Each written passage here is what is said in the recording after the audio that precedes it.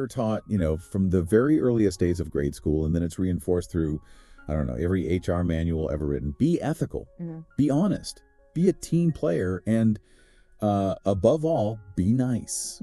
We're promised that the career ladder, particularly in the corporate world, is built on these sort of traditional virtues. But if that were actually the case, why do we constantly see this steady, predictable stream of people who are overconfident, often ruthless, and, let's be honest, blatantly manipulative, not just surviving, but rocketing to the absolute highest levels of power? Exactly. The evidence, it just suggests that for every leader who makes it on virtue, there's another one who gets there through, well, calculating malice. That is the fundamental disconnect we're tackling today. We're here to crack open a foundational and rarely discussed truth, the unspoken rule of modern achievement. You have to understand the harsh calculus of power. Welcome to Total Life Mastery. Our mission today is to pull back the curtain on these leaders who seem to defy all moral gravity. We're going to examine the dark personality traits that, well, they disproportionately shape organizations, why toxic leadership is so often rewarded, and, most importantly, how you can spot these sophisticated Machiavellian maneuvers before they derail your career or your finances. And this isn't just, theory. We've synthesized a huge stack of sources for this deep dive. We're drawing from some really rigorous academic research on personality, specifically focusing on Machiavellianism and the full psychological construct we call the dark triad. Right. And we're linking these traits directly to some disastrous high-profile corporate failures, the infamous case files. Companies like Enron, Wells Fargo, WorldCom. The big ones. The big ones. And finally, and this is maybe the most important part for you, we are extracting the hard, essential mechanics of survival for anyone caught in these toxic environments. We're really focusing on resilience and tactical, professional, whistleblowing strategies. Our goal here isn't to encourage you to become manipulative, not at all. It's to achieve total life mastery by understanding the unwritten rules of the game being played all around you.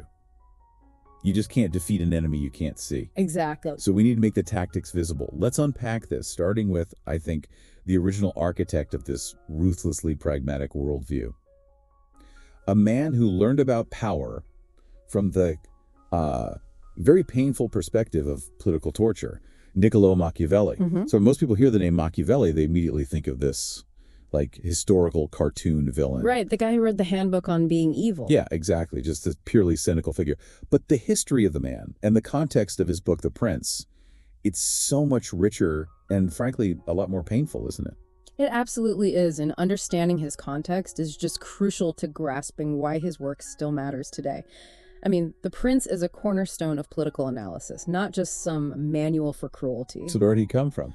Well, Machiavelli was deeply embedded in the realpolitik of Florentine life. He kind of emerges onto the public stage in May 1498. This was right after a really dramatic period in Florence, after the final outcome for the radical preacher, Savonarola. Yeah. And Machiavelli wasn't some philosopher in an ivory tower. He was a civil servant. He was the second secretary of the Florentine Republic. He traveled all over the place as an envoy, observing politics firsthand as a participant. So he's in the engine room of government.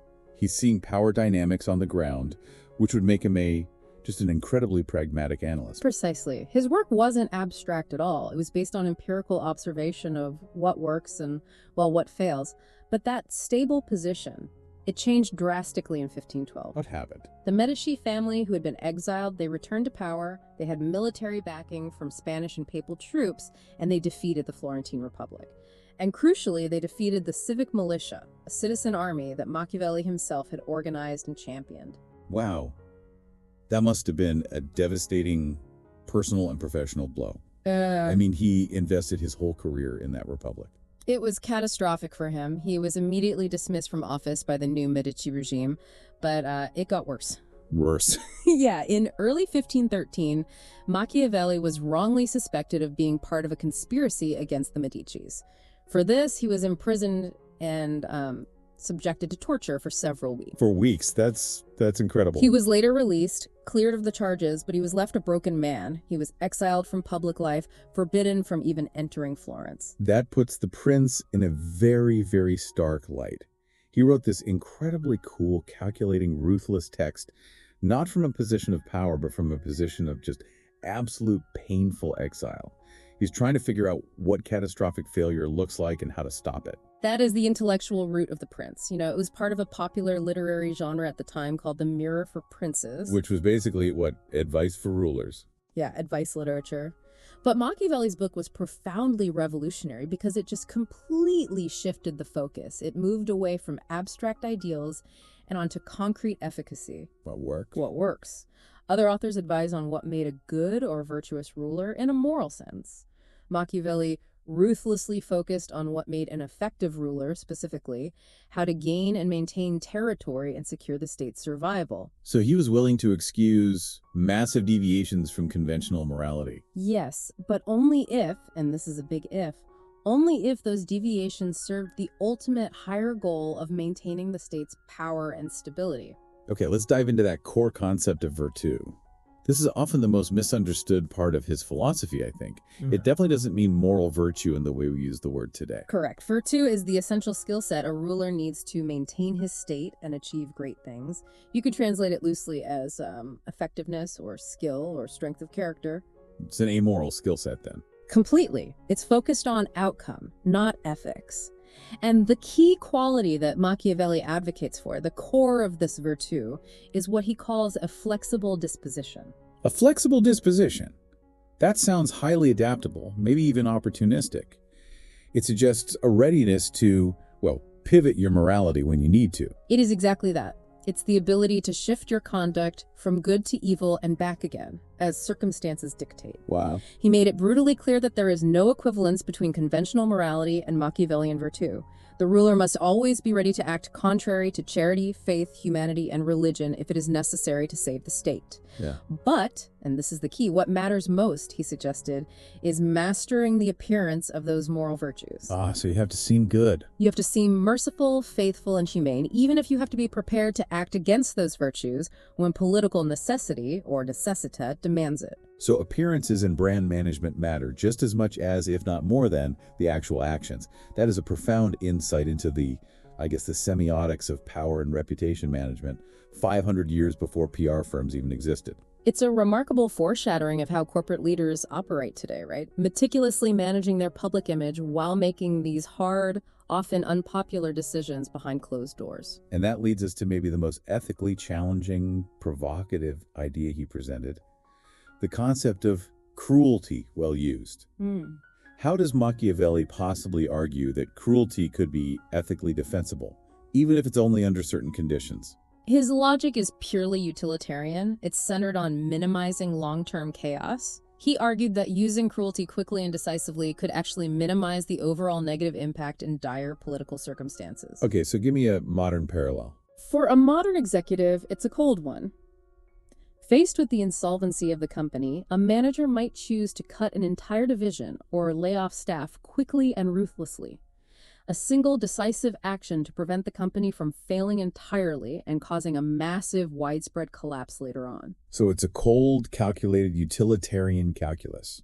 It's focused on the final outcome for the greater entity, the state or the company, regardless of the immediate individual pain inflicted on those who are sacrificed. It's the lesser of two evils, just performed quickly. Precisely. And to illustrate this mastery of calculated cruelty, he used the historical example of Cesare Borgia. Okay. Borgia had been tasked with bringing order to the newly conquered and very volatile region of Romagna. So Borgia appointed a notoriously cruel minister, Ramiro de Orco, to establish stability. De Orco did the dirty work. He did so with extreme severity and speed. But later, Borgia recognized that this excessive authority wasn't needed anymore, and more importantly, he feared it might become odious to the newly subdued people. The cruel agent had served his purpose, but now he's a political liability. Exactly. So Borgia had the minister placed one morning in the public square in Cesena, dramatically eliminated. He was found in two pieces, with a block of wood and a stained knife beside him. Wow. A dramatic, horrifying public spectacle. Yes.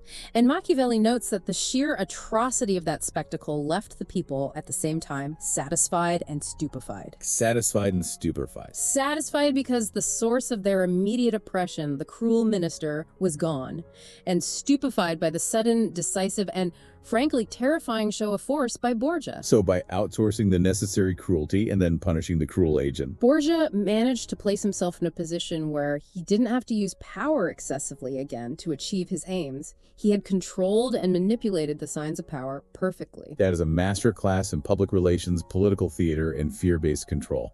It's effective, undeniably. Yeah. But wait, you also mentioned a profound contradiction in Machiavelli's ruthless reputation. Didn't he actually express a strong preference for the common people? He did, and this is the often overlooked legacy that critics of the prince just ignore. Despite advising princes on these ruthless, centralized tactics, Machiavelli argued extensively in his other major work, The Discourses on Livy, that, quote, "A people is more prudent, more stable, and of better judgment than a prince." Really? He had extensive confidence in the masses to act for the public good if they were given the chance. Why did he think the common people were superior in judgment and more stable than the ruling elite? He maintained that the masses are more concerned about and more willing to defend liberty than either princes or the nobility. Okay. The nobles, in his view, they often confuse their liberty with their ability to dominate and oppress the population. That makes them prone to corruption and, internal feuding. Right. The masses, however, they define freedom simply as protecting themselves against oppression and disruption.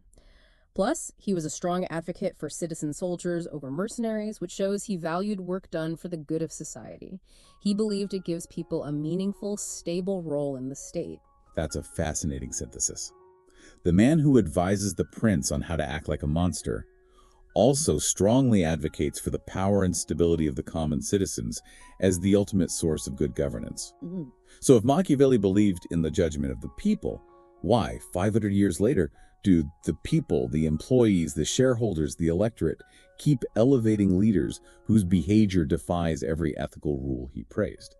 Well, that brings us directly to how modern psychology defines these ruthless winners, the dark triad. Right. We're shifting now from historical political science to modern organizational psychology, and the clinical definition of the traits we see in these, successful yet toxic leaders. Okay. Today, Machiavellianism is defined not just as a philosophy, but as a distinct personality trait. And this trait involves the use of a radical, manipulative, exploitative, or cunning means to achieve selfish personal or organizational goals. And these are not just people who, negotiate hard or play a little corporate politics. These are leaders who are fundamentally opportunistic. Their self-interest overrides any sense of loyalty or organizational good. Precisely. Machiavellian leaders are likely to betray their organization or partners frequently for their own interests, causing serious harm. They emphasize their own goals, they're adept at using destructive social tactics, and they're prone to severely eroding employee trust through calculated deception. And what happens when they get betrayed?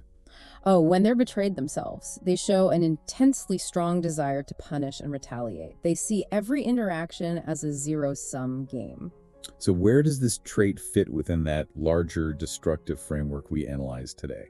That's where the dark triad comes in. It's this cluster of 3 highly undesirable personality traits that are nevertheless frequently correlated with high professional achievement in leadership positions: Machiavellianism, narcissism, and psychopathy. Okay, so let's quickly differentiate those, because this is where a lot of people get confused.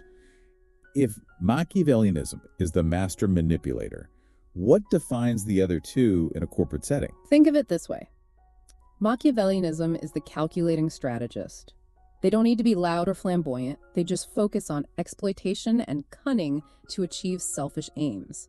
They calculate who to exploit, how to use partners to gain an advantage. Okay, and the narcissist? Narcissism is characterized by grandiosity, entitlement, dominance, and a profound lack of empathy. The corporate narcissist needs to be the star.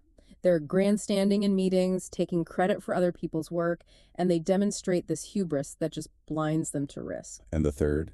Psychopathy. Psychopathy is defined by a lack of empathy, impulsivity, sensation-seeking, and low anxiety. The corporate psychopath is the fearless risk-taker. They're the one who makes utterly cold decisions without any moral or emotional burden. And they are shockingly unconcerned about the negative consequences for their subordinates or the company's long-term health. What's truly counterintuitive, and what really validates our unspoken rule, is that these traits, which sound like massive career red flags, they often correlate with positive career evaluations and rapid advancement. It's the paradox of the modern workplace. Research suggests that Machiavellianism, because it's so focused on strategic calculation and goal achievement, is sometimes associated with positive entrepreneurial outcomes and short-term success. Right. And furthermore, some studies on American presidents found that those exhibiting traits associated with the dark triad, specifically narcissistic traits like fearless dominance, persuasiveness, grandiosity, they received the best evaluations for leadership performance. This speaks directly to that unspoken rule of fake it till you make it. We, as followers, seem pre-programmed to respect and elevate overconfidence, boldness, aggressive risk-taking, regardless of whether that leader is fundamentally honest or ethically sound. We just confuse confidence with competence. That is the core finding. Bold actions and risk-taking draw respect. And there's an added irony of positional power. People at the top can lie more easily and more often because they have a demonstrably lesser chance of facing the negative consequences of that dishonesty. Their position shields them. Can you give an example? I mean, think of historical figures like Steve Jobs. While brilliant, he was notorious for creating a reality distortion field, right? Convincing others that seemingly impossible tasks were achievable, and often inventing his own version of reality to push boundaries. Right. His perfectionism transformed industries, but his confrontational management and brutal honesty were also legendary. These are qualities that would typically get a mid-level manager fired. That confrontational success at all costs attitude. It brings us to a really controversial, almost meta-ethical debate that constantly surfaces in business literature. The so-called dark skills of management. Yes, and this is a discussion rooted entirely in, commercial and managerial experience, not academic theory at first. Managers frequently encounter colleagues who are just patently skilled liars, experts in self-promotion, gender manipulators who use norms and expectations to their advantage, and of course, backstabbers who expertly eliminate rivals. And the uncomfortable truth being observed is that, depending on the skill and context, these behaviors often correlate positively with career success. It's a pragmatic, if uncomfortable, truth. This raises a profoundly important question, a dilemma for modern business education. If these dark skills are demonstrably linked to success in the real corporate world, should business schools theoretically teach them? The pedagogical question is uncomfortable because it challenges the stated mission of education, which is, typically to elevate a new generation of ethical managers. Right. But the cynical logic is inescapable. If mastery means understanding reality, and the reality is that backstabbing works, do you teach defensive skills or do you teach the offensive strategy itself? Should we offer hypothetical subjects like backstabbing eye or advanced gender manipulation to truly prepare students for the corporate jungle? The very existence of this internal debate just highlights the friction between the ideal of virtue and the reality of power. And if we look at who gets to use these dark skills successfully, we see a critical embedded bias. Absolutely. The research on this is clear and pretty depressing. Studies consistently show that disagreeable men, those who are aggressive, dominating, or highly assertive, they often advance within organizations and are compensated well for it. But not women. No. Women who display similar traits, dominance, aggressiveness, high assertiveness, they do not reap the same career rewards. In fact, they are often actively penalized. This system isn't just amoral, it's selectively amoral. Exactly. It illustrates a key bias where traditionally masculine toxic traits are rewarded in these high-stakes environments, while women are judged for the very same rule-breaking or aggressive behavior. So these Machiavellian traits, they don't just stay contained at the top with the CEO. They actively shape the environment below them, creating this cascade of toxicity. Let's connect this destructive leadership down to the employee level and trace the spread of the organizational disease. If the CEO or the middle manager is operating with high Machiavellianism or psychopathy, how does that actually manifest in the day-to-day life of an employee? How does it make them feel unsafe or unsupported? We can map the destructive mechanism very clearly. Studies, particularly those involving small and medium-sized Chinese enterprises, they demonstrate a clear causal chain. Okay. Machiavellian leaders drive a specific behavioral response, counterproductive work behavior, or CWB, through the mediating role of perceived abusive supervision. And abusive supervision is just the everyday reality of that, isn't it? Right. The hostile verbal and nonverbal stuff. Harsh, public criticism, sarcasm, withholding information. Or even the silent treatment. It's sustained and targeted. So this abusive supervision, it's like a stressful, constant psychological pressure cooker. How does that psychological pressure translate into employees actively harming the organization instead of just, quitting? It erodes their perceived organizational support. When employees feel mistreated by their immediate leaders, they generalize that abuse. They associate it with the organization itself, believing the organization is implicitly mistreating them or failing to protect them. And they lose motivation. They lose their motivation to help the organization achieve its goals. That's a critical step called reduced organizational commitment, and they retaliate accordingly. The psychological safety is just annihilated. So the employee doesn't feel safe, they feel unsupported, and their response is a destructive action designed to get back at the system that hurt them. Exactly. They produce high levels of CWB, and we need to detail what this looks like because it goes far beyond just simple withdrawal. So what are we talking about? CWB can take several concrete, costly forms. First, there's withdrawal, quitting or absenteeism. Straightforward. Then production deviations, deliberately slowing down work, ignoring quality control, performing tasks incorrectly. Then it gets more serious. Sabotage, intentional actions to damage company equipment, processes, or data. And finally, theft, misappropriation of company resources, from office supplies to intellectual property, or even outright financial fraud. Wow. When employees feel unfit at work, feeling incompetent, stressed, emotionally drained, they actively resist leaders' decisions, and they generate these counterproductive behaviors. They just refuse to contribute positively. And this already destructive cycle is amplified, according to the sources, when the toxic leader is also highly political. That brings in an extra layer of distrust. That's the crucial moderating effect. Leader organizational political behavior. So the specific use of deception, self-promotion, selfish tactics to gain personal benefit, it makes the effect of abusive supervision exponentially stronger. When a highly Machiavellian leader is also highly political, they are seen as not just cruel, but fundamentally dishonest and self-serving. This toxic combination erodes employee trust even further, which significantly increases the severity and frequency of counterproductive work behavior. This shows the transition from one individual's toxic behavior to a systemic, destructive organizational culture.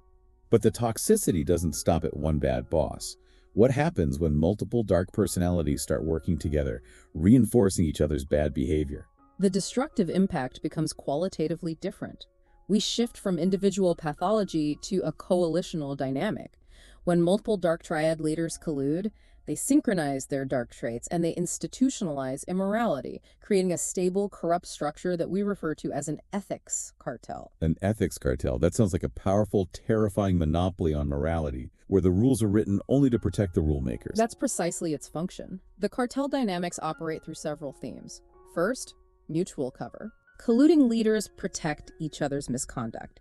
They ensure that no internal audit or HR complaint can pierce the shield of centralized power. They form a pact of non-disclosure and defense. And the second theme? Cultural capture, which is perhaps the most insidious. Ethics itself is transformed from a moral compass into a control mechanism. It's used to legitimize the leader's actions and eliminate dissent. So a whistleblower isn't treated as someone reporting fraud. Exactly. They're treated as an ethical violator who failed to be a team player.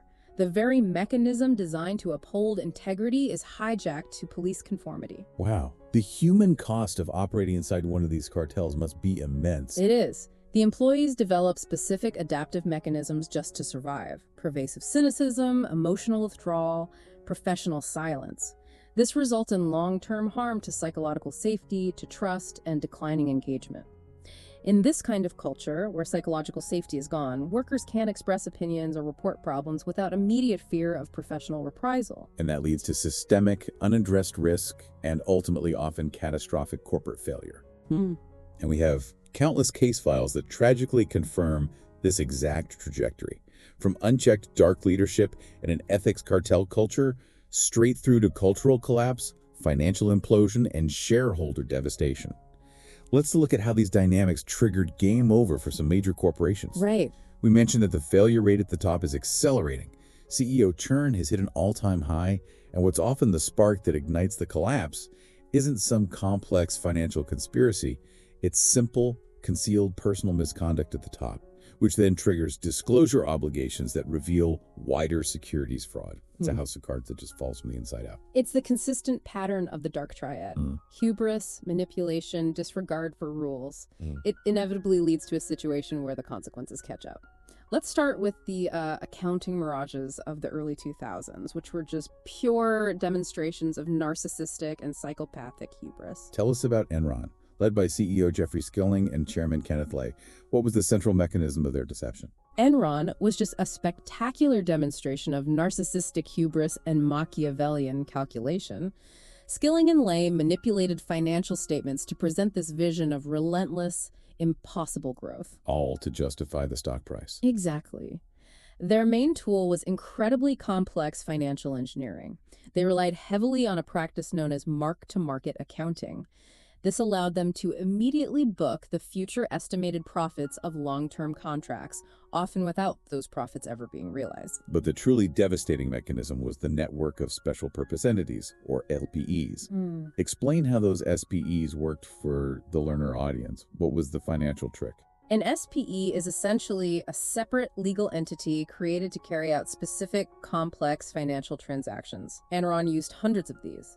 And critically, because of loopholes in accounting rules, Enron structured these SPEs so that billions of dollars of debt and risky failing assets could be transferred off Enron's main balance sheet. So they just parked the debt outside the official corporate structure. They parked it. This concealed massive amounts of financial liability from investors and regulators, making Enron's balance sheet look pristine and profitable, when in reality it was drowning in debt. The culture was aggressively competitive, contemptuous of ethical standards, and it fostered silence among staff who feared reprisal. And the final outcome? The company's end wiped out $74 billion in shareholder value and destroyed employee retirement funds. The ultimate zero-sum game, where the leaders won and the employees lost everything. And right alongside Enron was the spectacular collapse of WorldCom. WorldCom, led by Bernard Eppers, used a simpler but equally devastating fraudulent mechanism. It totaled $11 billion. And what was driving Eppers? Two things: masking the failure of WorldCom's core long-distance business and his own massive personal debts that were tied to company stock. When the share price faltered, he pressured his finance chiefs to perform one core accounting trick: capitalizing everyday line cost expenses as long-term capital investments. Capitalizing expenses, that's a classic manipulation. It makes today's operating debt look like tomorrow's valuable assets, inflating the company's apparent worth. Exactly. These line costs, the money WorldCom paid to other networks to transmit calls, should have been reported as immediate operating expenses. By treating them as investments, they artificially inflated the company's reported earnings and assets. And when did it all unravel? The scheme unraveled in 2002, leading to the largest U.S. bankruptcy at the time and erasing over $100 billion in market value. This entire debacle, along with Enron's, directly hastened the passage of the Sarbanes-Oxley Act, mandating tighter internal controls and requiring CEOs to personally vouch for their financials. Now, Wells Fargo presents a different kind of dark leadership. It wasn't necessarily fraud at the very top initially, but a systemic failure driven by toxic, unrealistic sales targets that resulted in a company-wide ethics cartel. The Wells Fargo scandal, which spanned from 2011 to 2016, involved employees opening millions of unauthorized bank accounts and credit cards in customers' names without their knowledge or consent.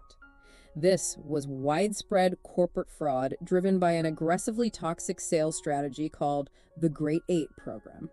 And that program set daily sales quotas that were just fundamentally unrealistic and unachievable. Completely unachievable. That's where the toxic culture really shines through. The system forced good people to do bad things just to keep their jobs. What were the organizational warning signs that were ignored? Harvard Business School research highlights the clear warning signs that this was an ethics cartel in operation, not just a few bad apples.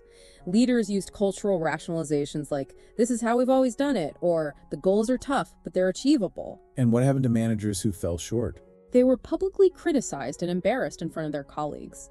This systemic, fear-based pressure led otherwise decent ethical people to take unethical shortcuts like pinning, where employees opened accounts in their colleagues' systems to meet their own quotas, just to hit the impossible goals and avoid that public shaming.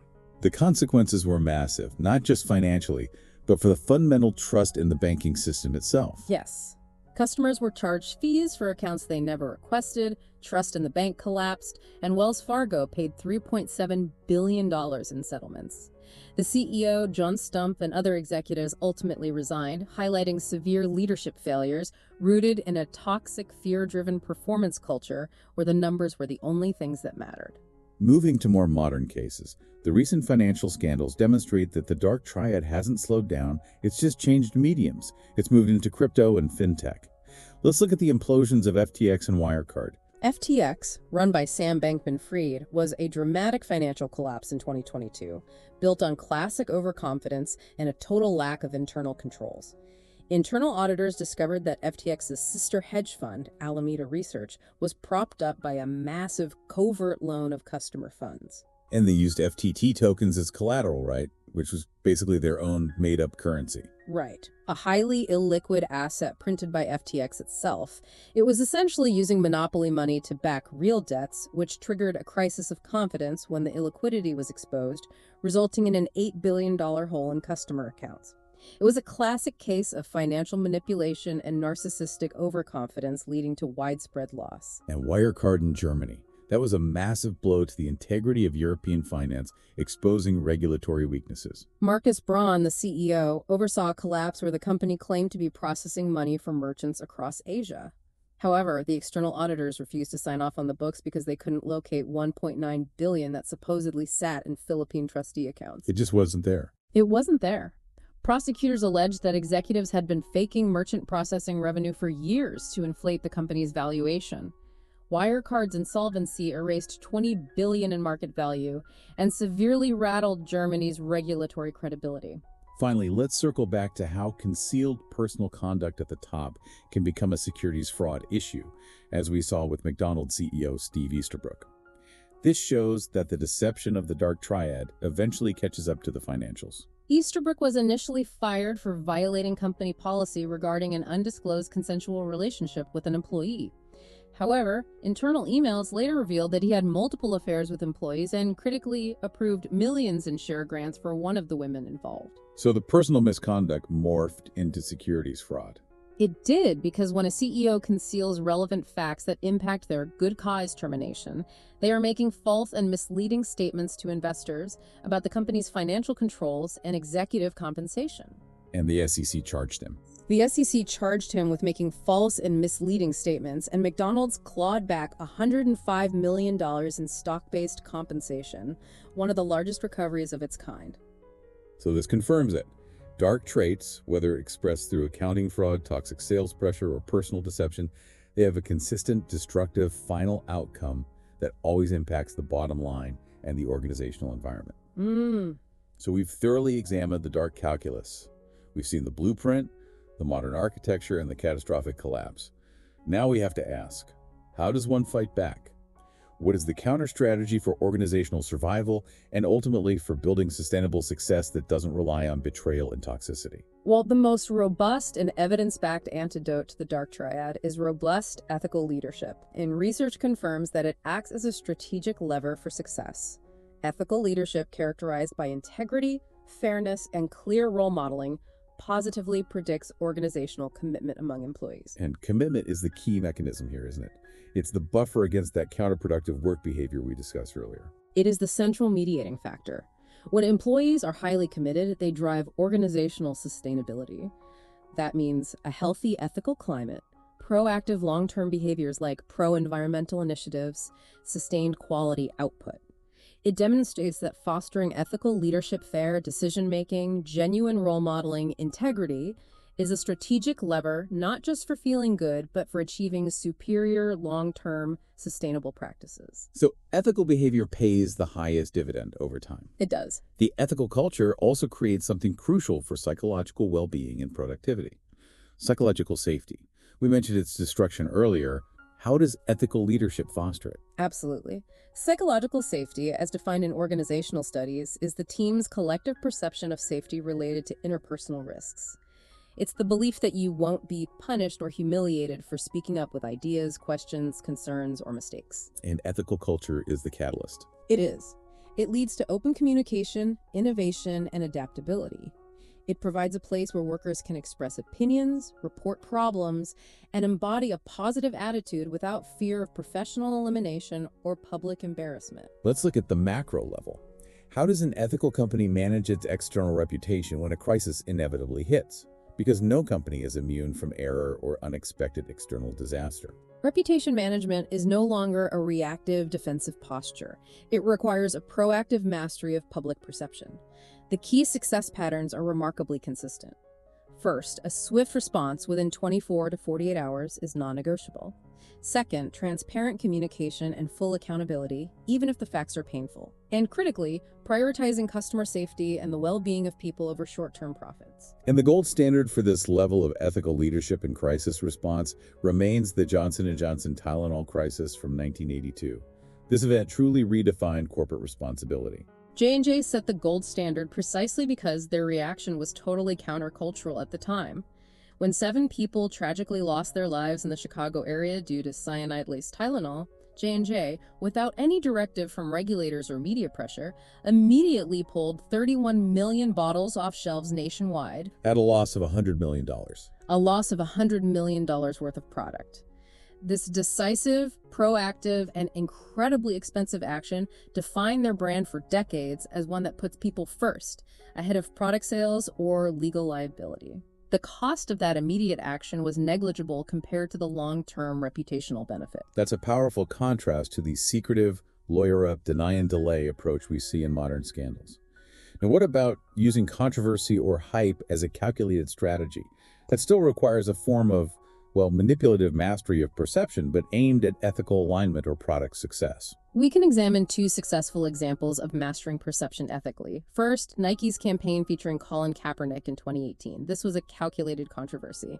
Nike understood their customer demographics intimately, and they aligned the brand explicitly with younger, more diverse consumers focused on social justice. They recognized that while this move would alienate a segment of their current, older consumer base, future growth and long-term brand equity were linked to cultural alignment with the next generation of buyers. It was a strategic, data-driven choice of audience, a completely rational business choice. It's leveraging cultural tensions for brand alignment, which is Machiavellian in its calculation, but aligned with cultural values in its outcome. And a different kind of mastery is seen in Apple's product launches, particularly the iPhone. They mastered the semiotics of hype. Instead of simple advertising, they built anticipation through extreme secrecy, staged reveals, and massive media event production value.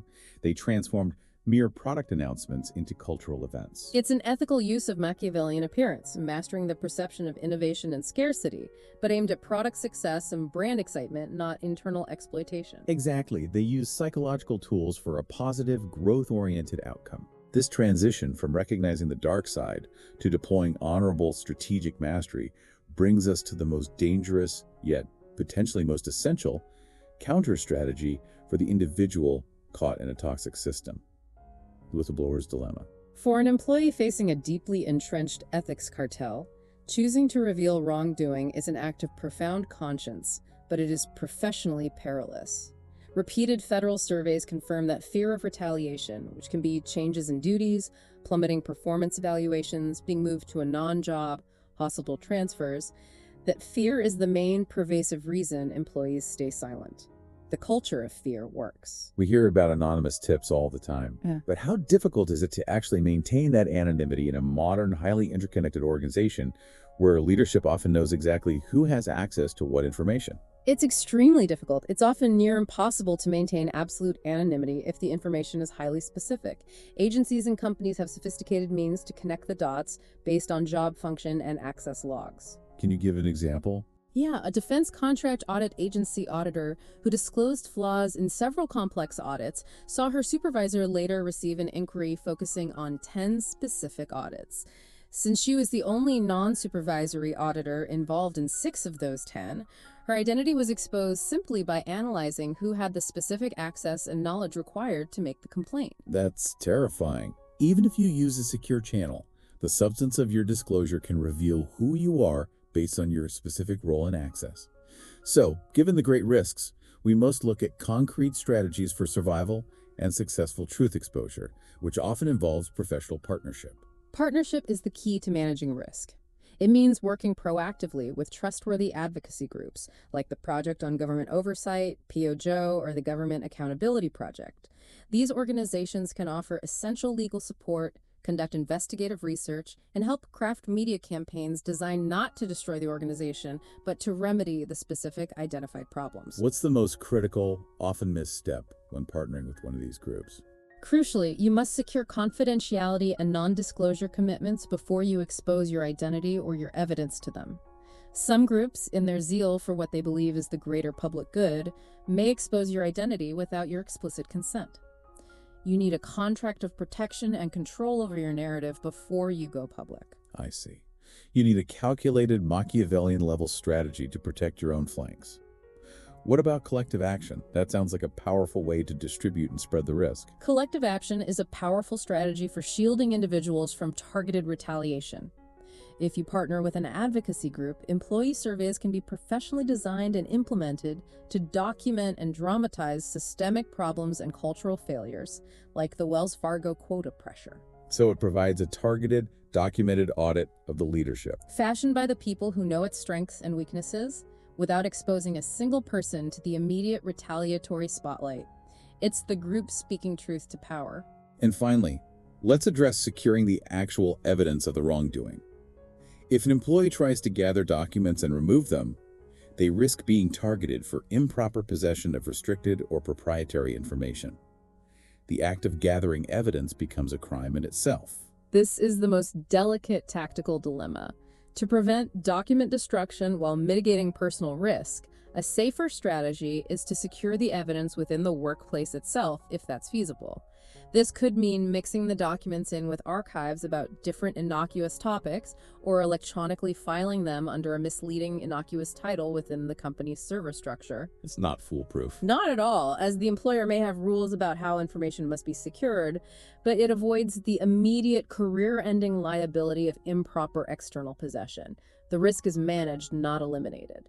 And on the digital front, for the communication required to execute this strategy, what should a conscientious employee use? Never rely on company devices or company email, ever. You should always research current security news about a tool before using it for sensitive communications.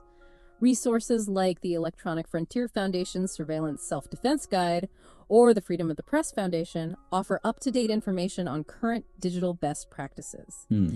And the necessary caution is this. Any digital method will create some sort of data trail, but using encrypted, secure, non-company monitored tools helps minimize and hide that trail better than ordinary communication methods.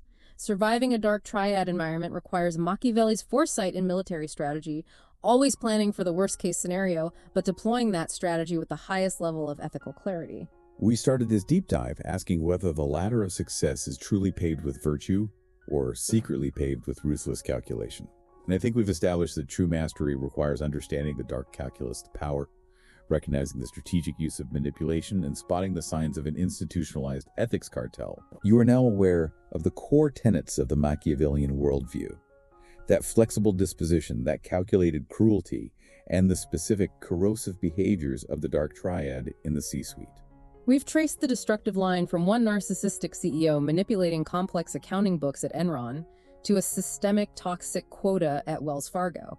And we've outlined the difficult, often dangerous path of the individual employee who chooses to uphold integrity over toxic compliance. Which leads us to the ultimate unspoken rule, the one that governs everything we talked about today. Knowledge of the game is power, but the application of conscience is true mastery. You cannot change the entire system overnight, but you can choose to protect your borders, you can choose your allies wisely, and you can absolutely refuse to let the dark skills define your personal metrics of success. Now that this deep dive has revealed an unspoken rule that shifted your perspective on leadership, remember the master's mandate for total life mastery, because the algorithm rewards those who seek knowledge over ignorance. First, subscribe. That is your entry point to the inner circle of the well-informed, ensuring you never miss the next truth hidden in plain sight. Second, like this deep dive. This is how we shine a light on the hidden shadows of the C-suite and spread this crucial knowledge. Third, ring the bell. That's your personal alarm system for when the next ethical landmine is planted in your industry or workplace. And finally, comment below. Now that you know the dark skills exist and you can identify the architects of the ethics cartel, what is your personal, practical, anti-Machiavellian strategy for thriving with honor? Tell us your plan, because the community needs to learn from your mastery.